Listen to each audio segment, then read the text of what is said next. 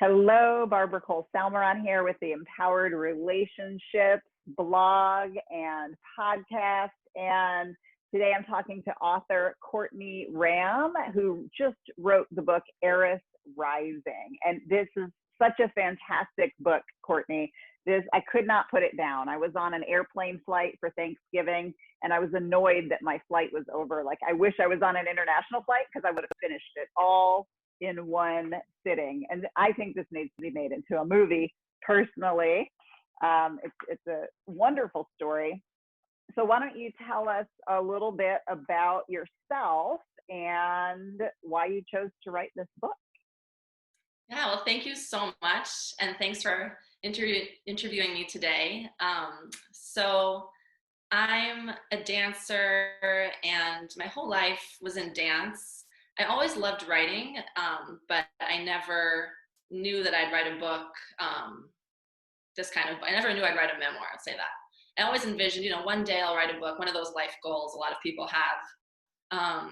So I'm from New York City. I trained in ballet, went to School of American Ballet for many years, and I was really on a path, kind of going, one way, kind of a linear path, and ended up living in Hawaii. It was my dream, and starting a dance company. And then I entered into a relationship that literally turned my life upside down. So in 16 months, everything that I knew about my life, everything that was true about my life had been flipped around after this relationship. And it was so intense. And at the time, it was not a fun experience. It was actually quite a horrible experience to go through, and a lot of suffering and a lot of pain in that time, and even after that time, and healing. And yet I knew there was some message in there that would help other women, other people who are going through difficult relationships. And this book came from that. It wasn't a moment where I was like, I'm going to use my story and share it. It was really this inner inspiration that when something really awful happens to you, how do you take that and turn it into something good and turn it into a source of growth and share that with other people? So the book came from this desire to share my story, to help others, and also came from somewhere, I don't know, just like this welling forth of a book. Like I said, I hadn't been planning on writing. So that's a very nutshell version of how this book got to be. Now, when you say difficult relationship, you're not talking about just run-of-the-mill relationship problems. In fact, this segment we are titling, Are You Dating a Vampire? So tell our listeners and our readers what you mean, or what we mean here when we say, are you dating a vampire? Yeah, it's a great question. And as you being a relationship coach, I'm sure you see a full spectrum of different kinds of relationship problems. And I'm guessing some of them are fixable and maybe some of them are not fixable. So I think I was probably in the category of not fixable. I'll say that because I actually tried everything I could to fix that relationship, which didn't have any effect on it, sadly. But so the term vampire, it sounds like we're doing some Halloween show, but it's really a person that is going to take who you are and take that from you and take your beauty, your purity, your innocence, your maybe naiveness, your trust, and suck that and then use it for their own benefit. So it's not a good person to be in a relationship with, especially a close, intimate partnership with, because it's almost hard to see it, especially if you're in love with that person, that your spirit and your soul are actually being sucked out of you. And it happens in little minute steps. If it was to happen all at once, if this person was going to be dressed like a vampire and you're going to meet him, obviously you're going to run the other way. But if someone is charming, good looking, maybe dressed well, talks well, sexy, everything you've kind of thought in your head, this is going to be a good potential husband or potential partner, you wouldn't know to run away. You'd actually probably run towards that person. And then little by little, you're losing yourself. That happens in so many ways: manipulation, gaslighting. I'm sure a lot of things that you cover in your courses, maybe, hopefully, to warn women of what could happen. But for me, what happened was I had a set of values, and I was almost conditioned, manipulated to let go of all my values. Obviously, I played a part in that too, but it was happening so intensely that I couldn't even sort through what was my own decision anymore. But giving away of my values to please someone else to such an extreme that after 16 months, there was nothing left of really who I was anymore. And I was just like a shell of a person trying to save an unsavable relationship. If you want me to give examples, let me know if that's too, philosophical. Well, and so I do help women and coach women on leaving what we would call unhealthy relationships, or these vampire relationships where, and I coach men as well, when we're in a relationship with someone who just keeps taking these bites out of us, like you say, your values start to erode. You're not in alignment with your true self, because the people that we're talking about in this instance, and from what I gather from reading your book, and I am not a psychotherapist, however, I do have experience with sociopaths and extreme narcissists, and I've done a lot of studying on this. And those are people that there is no cure. They are missing connections in parts of their brain that would allow them to feel remorse and empathy for other people, and that would allow them to decipher between good and bad, right and wrong, and make better decisions. So sociopaths and extreme narcissists are missing some of those functions that we all normally have, and therefore they end up being master manipulators. And so, just like you said, they're very charming, very charismatic. They will tell you everything that you want to hear, right? Even though it's not the truth. So this is your proverbial wolf in sheep's clothing. That's these guys.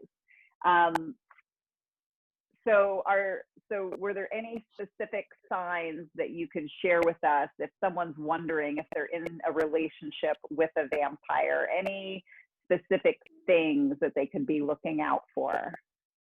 Yes, definitely. Well, first I'll say, read my book.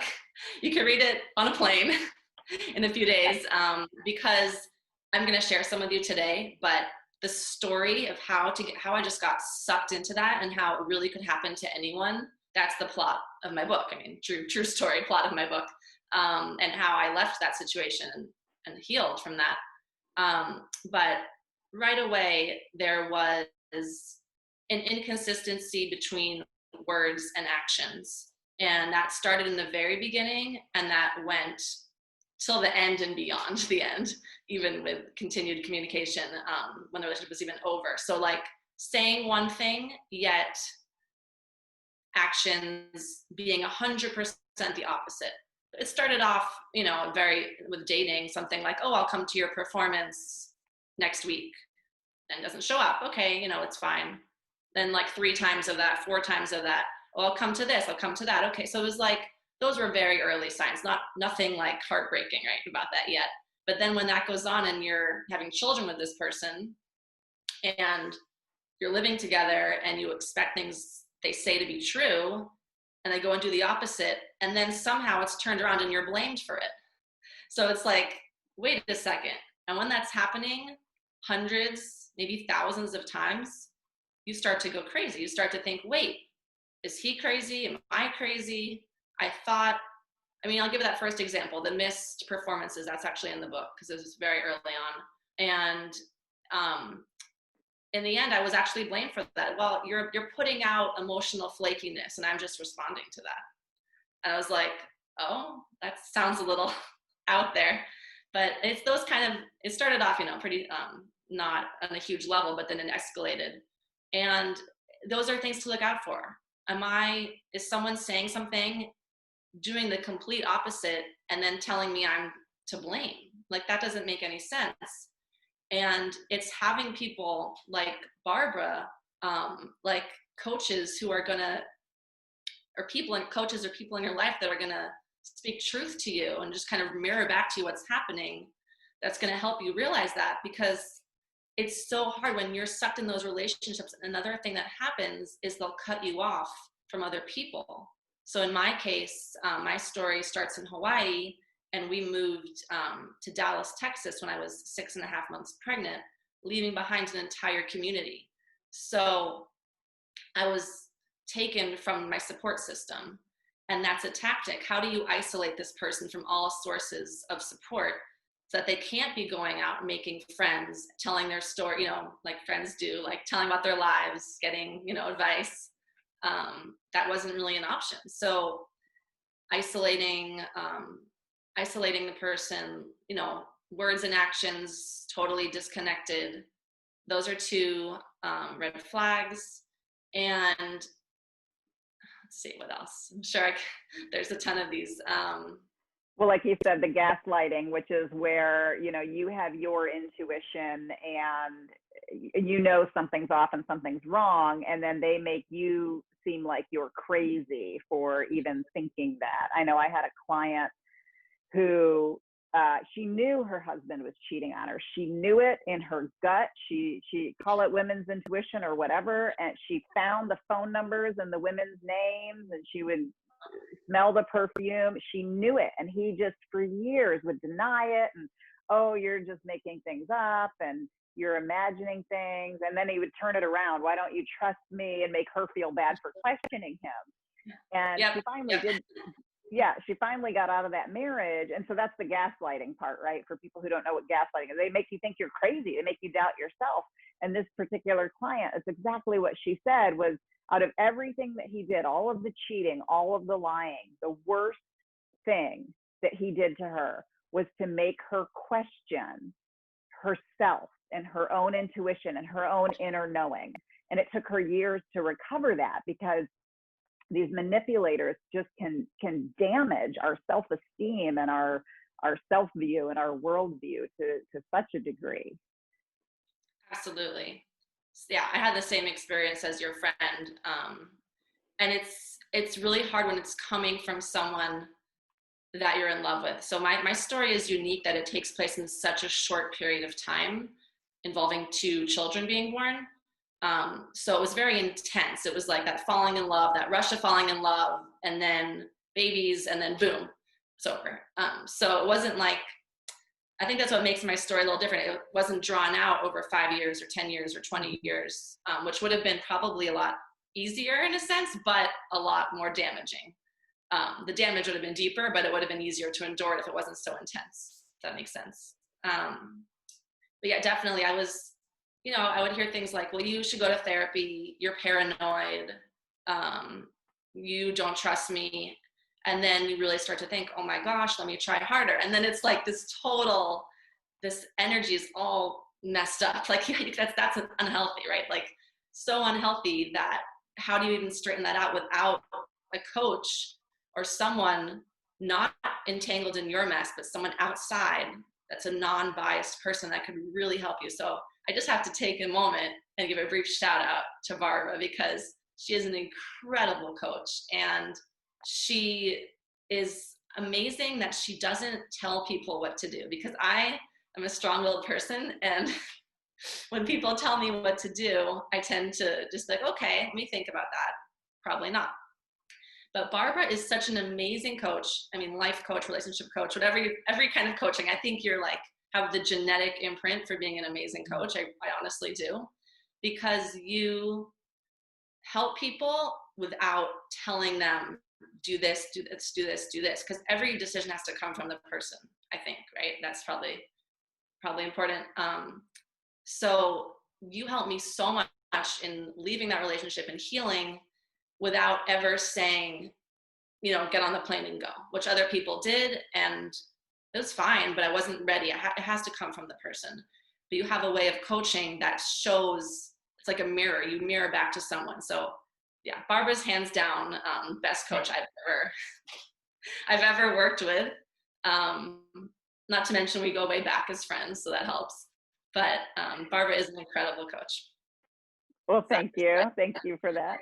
And yeah, we actually knew each other in Hawaii, and then I moved to Dallas, and about a year later, coincidentally, you moved to Dallas, and our friendship increased. And I remember that he also didn't want you going and having social time with me. So that's another aspect. Like you said, they isolate you from your support system, being family, friends, whatever. And I know he was quite endearing to your family too. Your family loved him because he could just put on this show that wasn't real. It's incredible what these manipulators can do. And you're right in that someone's not going to leave a relationship until they're entirely ready. And unfortunately, what happens for women is we try everything. We need to know before we leave a relationship that we tried everything to make it work, and then finally when a woman is ready to leave a relationship, she's had enough, she's tried everything. And I think you really did. I mean, from everything that you described in your book, you really tried to hang in there. You held out hope for the promises that he dangled for you, the promises of marriage and this happy life and this dream that you got glimpses of, because he will show you glimpses, right, of this beautiful ideal life you can have together. But unfortunately, that was more fiction, and the life together was not all of that beautiful, harmonious, synchronistic, type of a relationship that people are looking for. yeah. So when did you start to get an idea that you might be in a relationship with a vampire? Well, I will say that I saw some red flags right away.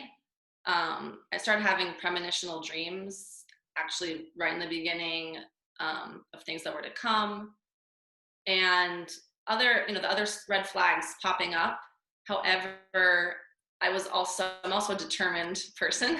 As I said before, like I'm a Leo. I kind of want what I want, and no one's going to stop me. So I saw this vision, and I saw this dream of this life I could have with this guy that I thought was perfect, and I went for it, kind of putting the red flags to the wayside. Which obviously I've learned my lesson now, and living through that, you can never repeat those exact mistakes again after you go through something so intense. But so I'd say I knew, okay, so this is a tough question, because I think it really took it to get pretty bad for me to realize that my soul was dying. It took it to get to almost the point of leaving. I just wanted it to work so badly. I wanted, as you said, I wanted the dream. I wanted the happy family. I wanted both parents with a baby. I didn't want to be a single mom. I mean, there's so many things that I refused to look at the reality. And sometimes people would send me, like text messages, like read this article, people that were looking out for me, friends. And I wouldn't want to read them. I would want to stay in my fan. Can't be true. So I was unwilling to see that vampire quality until I was so destroyed that I had to just, it was like so obvious. Okay, like my soul is dying. This is going to be my life. I'm just going to like barely survive. Like, I mean, in my case, it was actually literally barely survive. I was escaping to people's houses for my baby's newborn safety. Out of fear of the violence that was occurring in our house. And I mean, it was really a level of abuse that I had never experienced. I had never witnessed. I came from a family, my parents happily married for many, many, many years, and still would be. My father passed away, but they would still be happily married. And I saw that, that dream. So it took me to get to the end, which is why I think it's so important that we're having these conversations, because especially with, I feel like social media and the Instagram fantasy world, it's like you see all these perfect couples, and like I have those pictures too, but that's not what was really going on, like what's behind that cute selfie you're taking? Like, is there, like, what's going on in your house? What's, so I feel like there's needs to be a conversation about these manipulators and these vampires, because they're too common, and women get sucked in, they get thrown out, they try to move on, and it's like they never really knew what happened to them. In my case, there's 2 children and then a book, so there's more, introspection on it, and we're having this conversation today. But I do feel like it's important to bring awareness to that topic.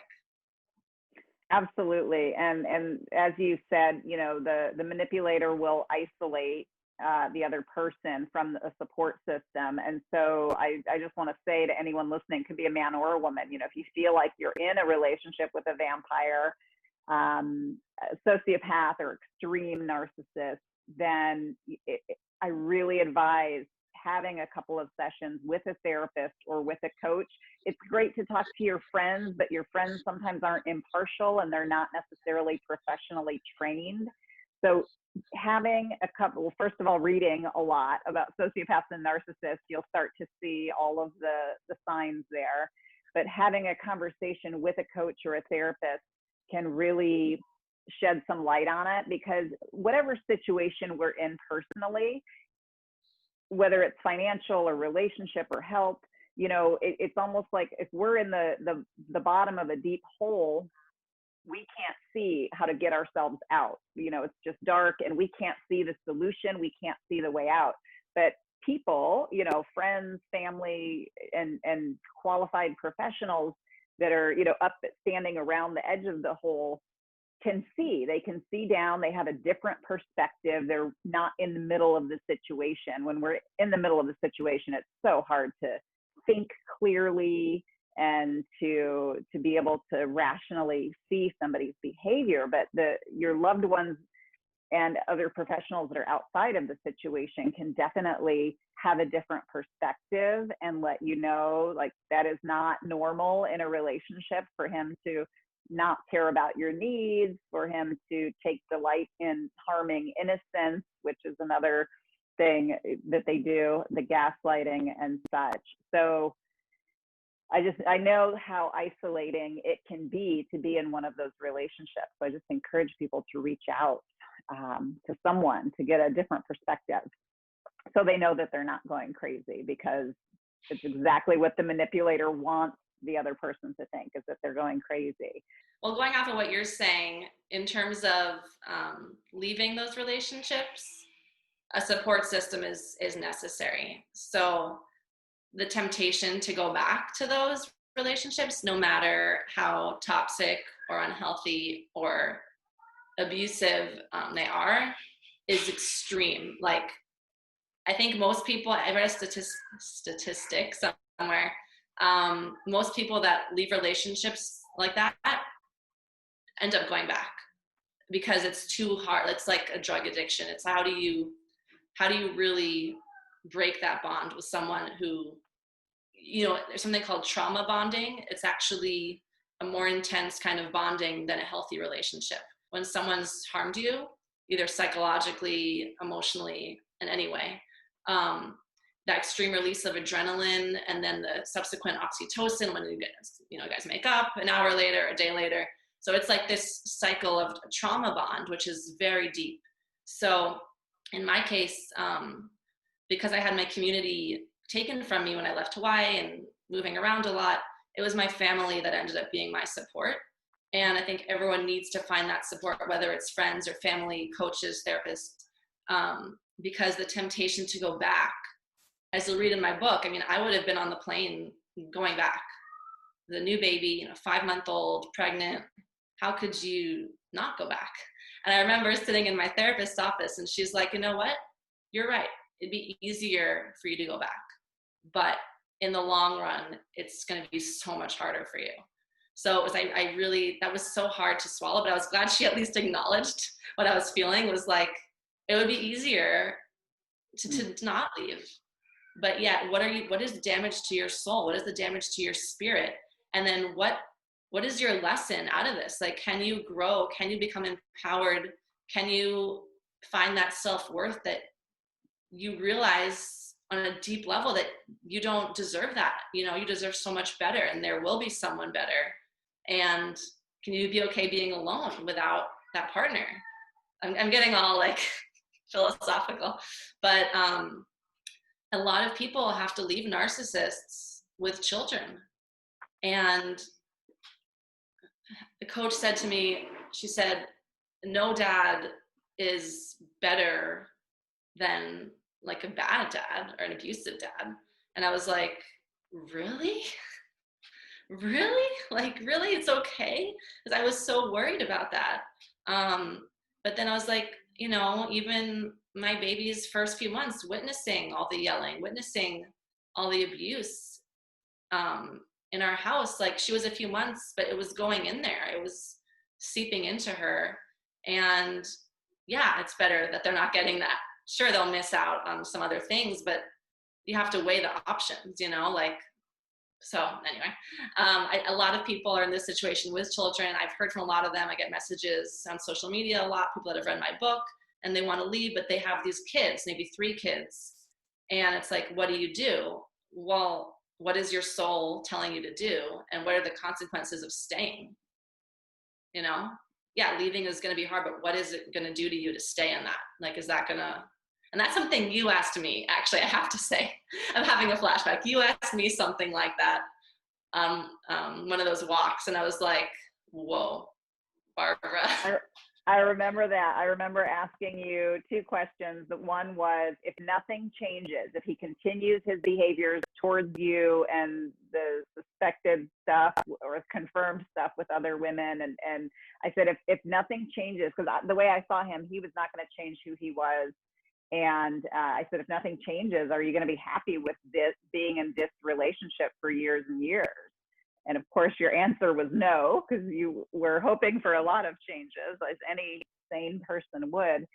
And then the second question was, you know, is it going to be okay for your kids to have a view of this is what a relationship is about? Because when children witness this, you know, our first 8 years, from conception to 8 years old, is when we form about 90% of our beliefs about the world and about ourselves and about relationships. And so even little kids and infants, as they witness these interactions between their parents, they're going to see, oh, this is what's normal for a relationship. It's normal for daddy to be yelling and for mommy to be crying. And that's why it's called a cycle of abuse that gets perpetuated, because then those kids as adults, even though they might know it's not normal, there's this imprint and there's this belief that is created at a young age, and that abuse is just normal. That's what they saw. And so for the sake of your children's well-being and future relationships, and just like I would say to anyone listening, that we have to think of the kids and breaking that cycle. And yes, it sucks to come from a broken home or a divorced home or something like that, but abuse is way worse.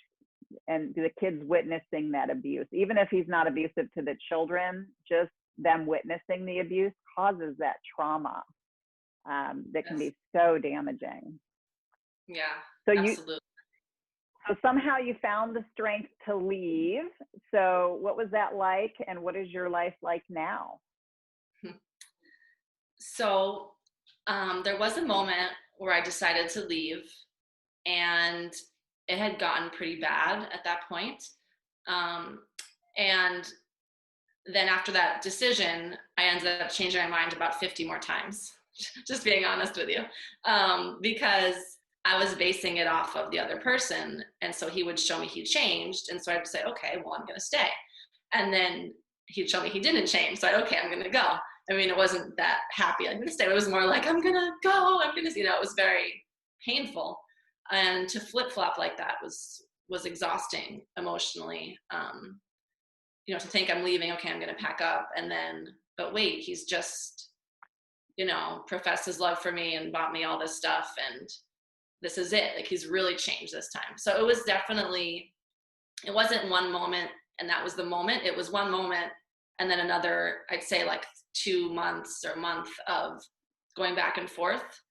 And in my case, I was continuing to go back and forth for so long that the universe stepped in and got me out of that situation. I could tell you, but it would ruin the climax of my book. It was not fun. It was not pretty. It involved ambulances and a lot of horrible, horrible things I had to experience. But it got me out of that relationship and of that whole situation I was tied into in a way that I could never go back. And that was the only way it was going to work, if it, for me at least, because I was so, set. I was pregnant. If I had left in like a nicer, amicable way, I would have found my way back, like undoubtedly. So in my case, it was this constant indecision. And if you're not going to make a decision, the universe, if you're asking for a sign, which I was asking for signs, came right in and was like, boom, and explosion and get out. So do not recommend wavering for so long until something explodes. Because of course, if you have that initial gut feeling, that's something you have to go on, and that's going to save even more pain. So again, why I wrote my book, I wanted to share my story so that people can learn and in their own situations, apply it and say, okay, like if I feel it's time to leave, I need to leave. I'm not going to wait another month, another 2 months, another year until something's so bad that it's going to, really harm me. So the universe gave me the extra push to leave. And again, it was that family support bubble where people could be there, close friends around me so that I wouldn't go back. And what is my life like? So yeah, life, I feel like time is the greatest healer. So it took really a full year to heal from that experience. It was a 16-month relationship. So I'm like a very type A person. I like to have all my to-do lists and everything on the calendar. It's like, okay, let me give myself 2 months to heal. That sounds like a good ratio. Like 16 months in, 2 months, and then I'm going to restart my life. I was like determined, like nothing, nothing. Like I don't care. I'm pregnant, whatever, baby. I'm just 2 months, and I'm going to just restart. So it took a lot longer than 2 months, and I really believe that time in itself is just such a great healer, because the time allows those wounds to heal. If your heart is like broken and shattered, you can't say, okay, heart, you have 2 months to get back and we're going to meet someone new. And then maybe some people it works like that, but I found that healing was really like not a linear path. It was a messy path. Or not messy, but curvilinear path. So I went back to what I love, which is dance. And I ended up, after 10 years of being out of college, I went back to grad school, moved to New York City, got an apartment with a 9-month-old and a 1-year-old. And I made all kinds of things happen that I definitely would not have done if I was still in that relationship. And just continuing on my path and really working with children now in dance, and how can we empower children through dance, because I love dance is like who I am, and how can we empower children so that they have this self-worth that they won't get themselves into these situations when they're older. That's what I'm looking at now, and that's what I'm developing behind the scenes now. It's a sneak preview, is a dance curriculum that empowers children, like I said, so that those beliefs, those core beliefs from 0 to 7 or 0 to 8 are in place, and they're going to help them succeed in life. That's beautiful. I can't wait to see what you end up doing. That's going to be fantastic. I know your love for dance and your love for teaching children will just propel you forward into this new life. That's wonderful. Oh, thank you. I wanted to say something about your recovery time from this relationship, because we think that, a few months we should be over it. But earlier you had mentioned oxytocin, and that's a very interesting dynamic, especially for women, because estrogen increases the effects of oxytocin, while testosterone decreases the effects of oxytocin. So this is why women are often more affected by oxytocin than men are. And oxytocin is the bonding chemical, right? The love hormone, and we get a shot of oxytocin, a little dose of it every time we're with the person. Really, every time we see their name come up on our phone or we see a picture of them. And one of the mentors I've studied with has said, when we are in love with someone, the effects of oxytocin will last for a year or even 2 years. And so what she recommended was we have to go 2 years without seeing their name, seeing their face, because every time they pop up in our field of vision, we're getting another oxytocin shot, which is deepening that bond or keeping that bond connected. And so did you find that to be true, that you had to withdraw from seeing what he was up to? Oh my God, absolutely. And you did give me that advice. I remember a phone call back years ago where you said, you need to, you need to do this. I mean, you didn't tell me you need to, but you advised me. And I mean, it's hard if someone's dealing with like a legal custody thing with kids, and you know, there's things that could make that more challenging. In that case, I'd say like get a really good lawyer and kind of step out so that you can heal. So yes, absolutely. And I've even heard you can get allergic to someone's name, or like, you know, like it's actually can produce a physical reaction, which I noticed. So what I found that right away, you know, any kind of like searching the person or anything, I would start to get sweaty palms, my heart would start to race, and it would affect me for like 2 days. And it was like devastating. I had 2 babies to care for. I couldn't like be in those cycles again. So yeah, I had to cut out completely. And for me, a couple years later, going back to school and being back into student mode was just a great way to completely, like, you know, changing your life in some way to get that person out was something I needed to do. Or even just, you know, going back to work, going back to something you love, going back to a hobby or a passion. So you have something else for your brain to like dwell on versus that old scenario that you were in. So yeah, I definitely experienced everything you just said about those oxytocin hits and the physical reaction, the adverse physical reaction I would have, which made it even more important to make sure those reminders were removed as much as I could possibly limit them, which was for most part everything, which is what allowed me to heal. And then of course I had to write the book because I felt this, you know, calling to write the book. And I was like, okay, so I need to go like write about all this. Like I thought this is the past. I started the book a year after I left. So it was like I had that first year of like really, you know, healing, which was not fun. It was a lot of suffering in the healing. And then I sat down to write this book, which took a year. But for me, writing was actually healing, and it allowed me to see my situation differently because I had only been in it. I hadn't like just, you know, really described it or written. And it also allowing, you know, a new art form. So dance is like an art form, and then writing is an art form. So it's like finding a new expression.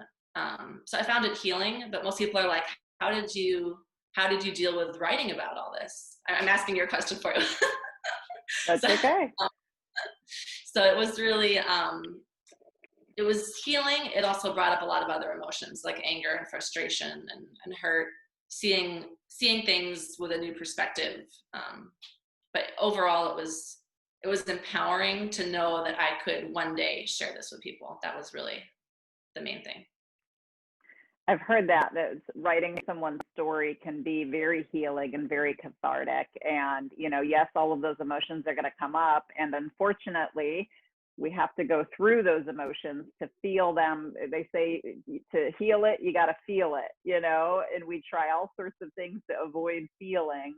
However, in the end, you know, until we really feel and resolve those emotions and forgive ourselves, then it's still going to have some sort of power over us. And I love your suggestion about, or what you happen to do is brilliant, finding something else to focus on, especially something that you love. So whether it's going back to school for something that you love, or getting involved again with hobbies and friends and groups like really, because there is going to be a lost love to some degree. And so replacing that with something else, something healthier. So you're not just sitting around all day thinking about him, right?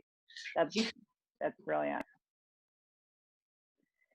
Any final thoughts on this? I just want to say, I've got the book here. I love it. And it's definitely a page turner. And I think this should be made into a movie. And I know we can get this on Amazon, right?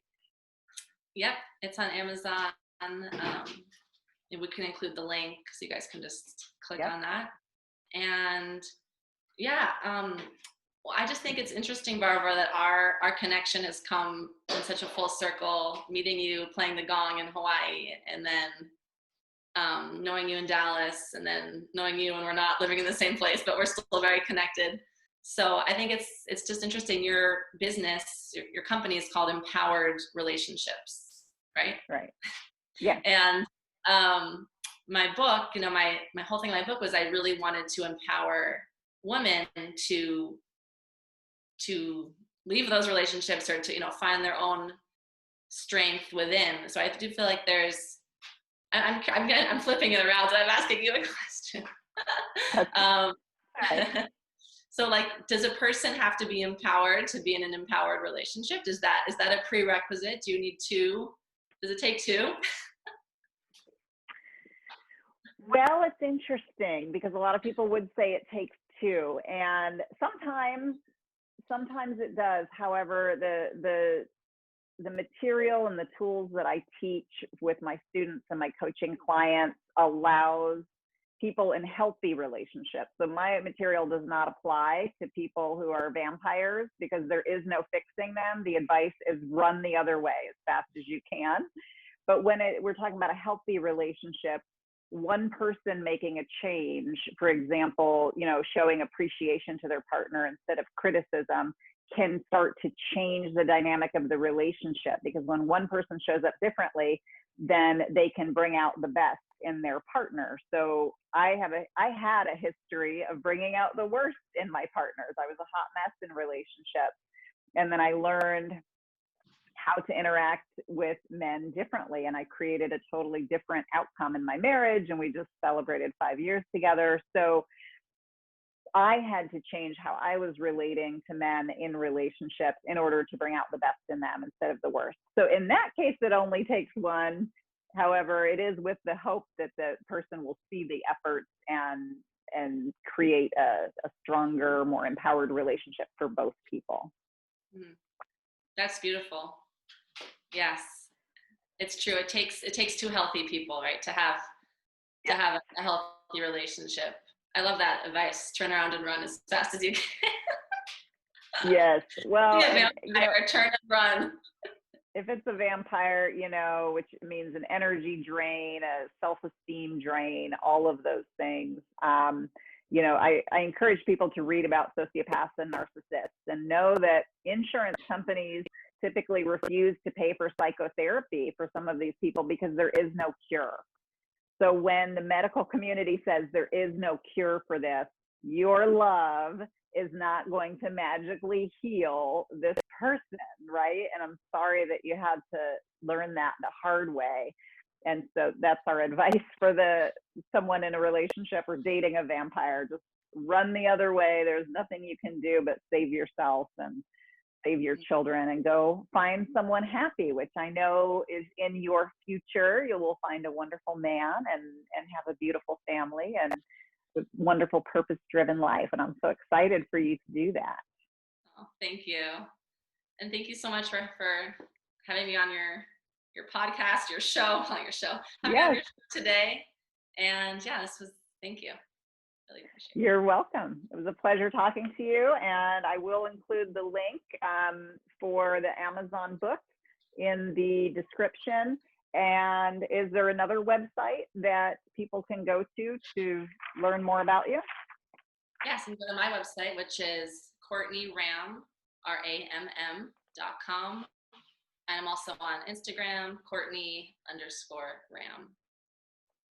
Okay, perfect. I'll include those links as well. Well, it's a pleasure speaking with you, and I can't wait to see your book on the big screen. I know it'll get there. Thank you. Thank you so much. You're welcome. Bye-bye.